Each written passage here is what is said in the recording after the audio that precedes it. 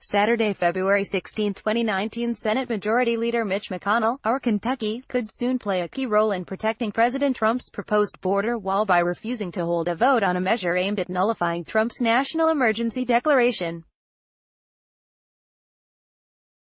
Saturday, February 16, 2019. Like thousands of others, my son Luke recently left New York after 16 years to return to our Colorado mountain community.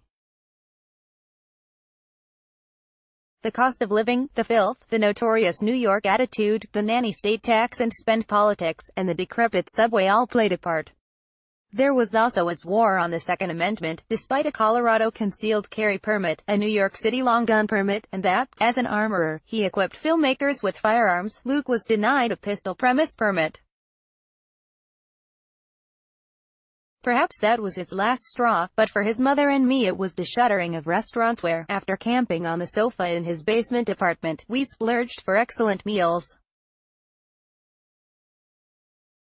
Most of the worthwhile restaurants are gone. Time to leave. Saturday, February 16, 2019. President Trump has already used national security to justify damaging steel and aluminum tariffs. Now he's considering doing the same thing with cars and car parts. No thank you, Mr. President. Saturday, February 16, 2019. We deserve safeguards to ensure that their conduct is above board and that they are not deciding cases in which they have a personal or financial stake or improper insider knowledge. Ann Coulter is over President Trump.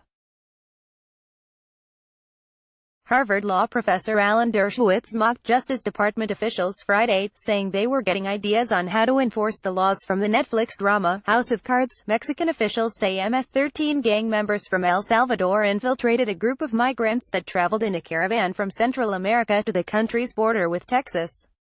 Mexican officials say the government will soon close a federally operated migrant shelter located just miles from the border with Texas to prevent additional caravans from traveling to the region. Representative Ilhan Omar said she was oblivious that tweets she sent last week about why she believes politicians support Israel could be seen as anti-Semitic.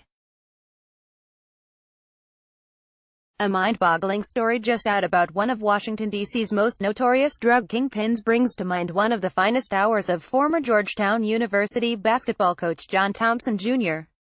A federal judge ruled Friday that prosecutors in a New York City terror case can seek the death penalty for the suspect, calling the defense's argument that President Trump's tweets on capital punishment had politicized the case pure speculation.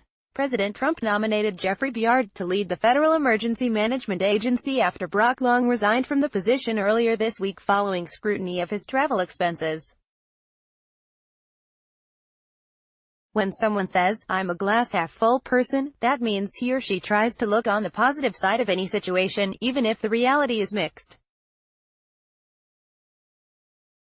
In the case of border security and the spending bill passed by Congress, it would be hard, from the administration's point of view, to call it a glass-half-full result, given that President Trump won just $1.375 billion of the $5.7 billion he asked Congress to appropriate for a border barrier. On the other hand, Trump emerged from the negotiations having made significant progress, even before considering his declaration of a national emergency. Special counsel Robert Mueller has recommended between 19 to 24 years in prison for President Trump's former campaign chairman Paul Manafort. Proponents of Medicare for All often point towards European nations with universal healthcare systems to prove that single-payer could work here. The global ramifications of inevitably immolating our medical research and development aside, there's just one massive elephant in the room that progressives love to ignore: obesity.